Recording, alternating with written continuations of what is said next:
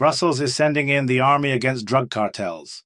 You won't believe this. The capital of the European Union, the heart of our democratic institutions, now needs military force to deal with organized crime gangs. What does this tell us about the state of Europe today?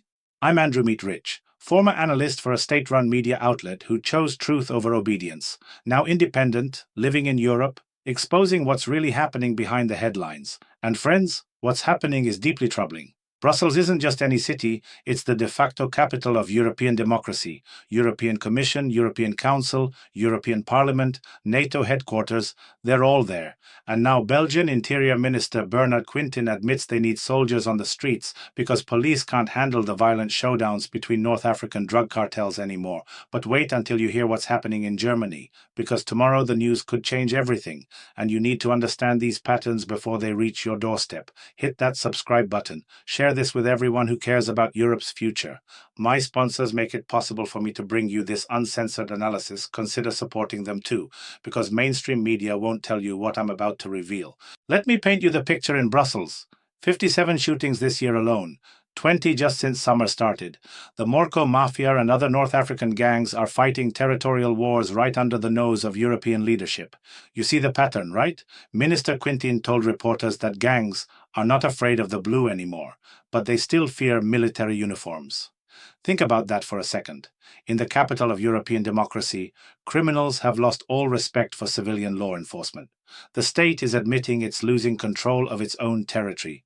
They're talking about mixed police-military patrols around metro stations, in districts like Clemenceau and Pieterbos in Anderlecht, around North Station in Molenbeek. These aren't random areas. These are strategic locations where migrants have concentrated and where European authorities have systematically failed to maintain order. And now listen carefully. This isn't just about Brussels. The plan covers Antwerp, Ghent, Liège, Charleroi, and Mons. Multiple Belgian cities are being overrun by organized criminal networks that recruit children as soldiers, use grenades and Kalashnikovs, and earn 5 billion euros from just 100 tons of cocaine. You won't believe this, but Antwerp port alone handles more cocaine than the combined budget of all Belgian police and judicial authorities. The criminals have more money than the state trying to stop them. What do you think happens next? Here's where it gets even worse. Brussels prosecutor Julien Moynil is under police protection because of threats from drug traffickers. Think about that. The chief prosecutor of Europe's capital needs bodyguards because he's trying to do his job. Where does this end? But the real scandal is who these criminals are targeting. Random citizens, peaceful families, children walking to school. These aren't precision operations. These are terror campaigns designed to break public resistance to their control.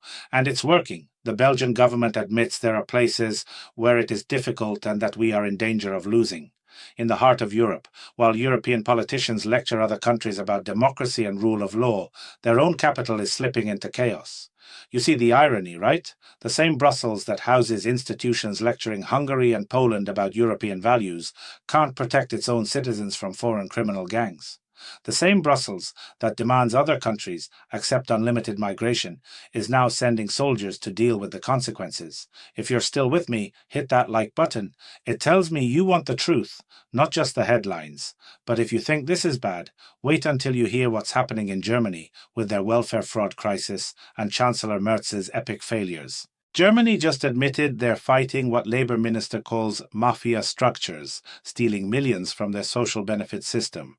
We're talking about organized criminal networks from Eastern Europe, mainly Bulgaria and Romania, creating fake employment contracts to drain German taxpayers.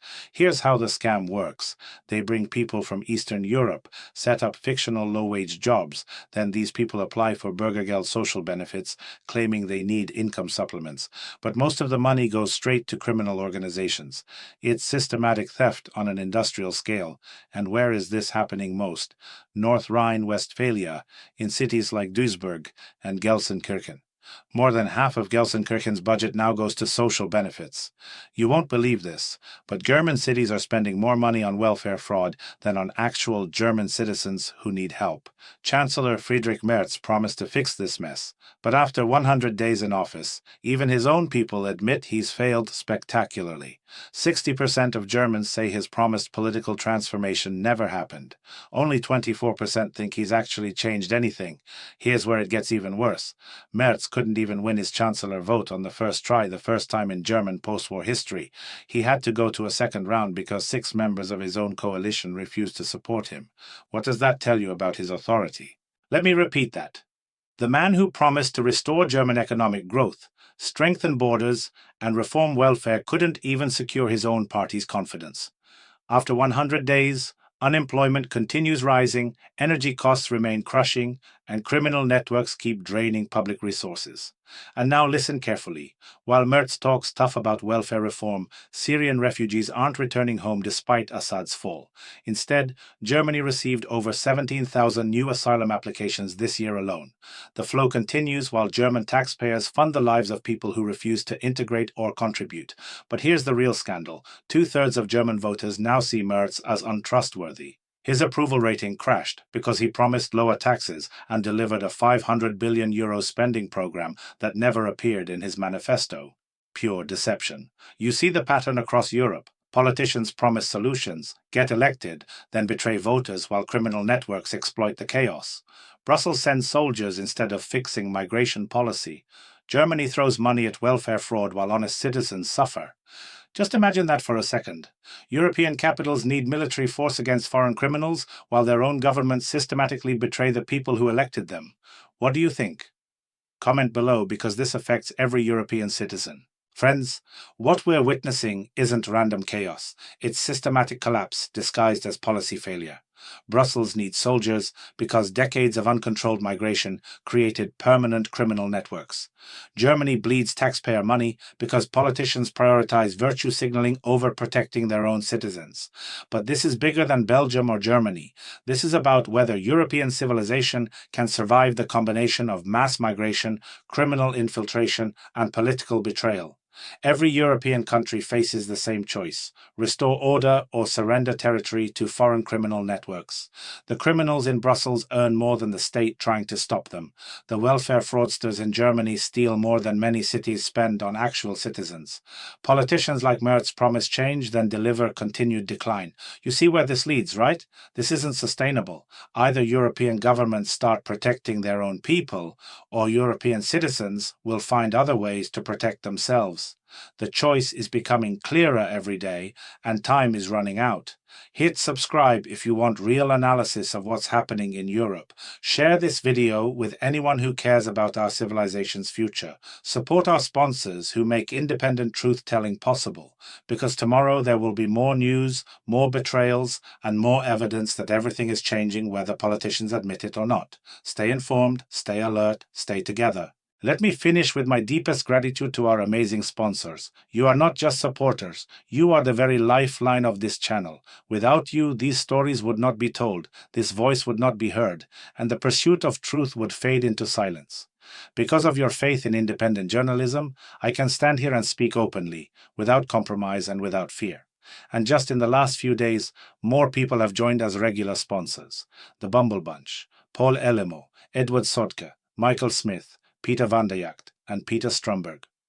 Your ongoing commitment is living proof that truth still matters, and that real voices cannot be silenced.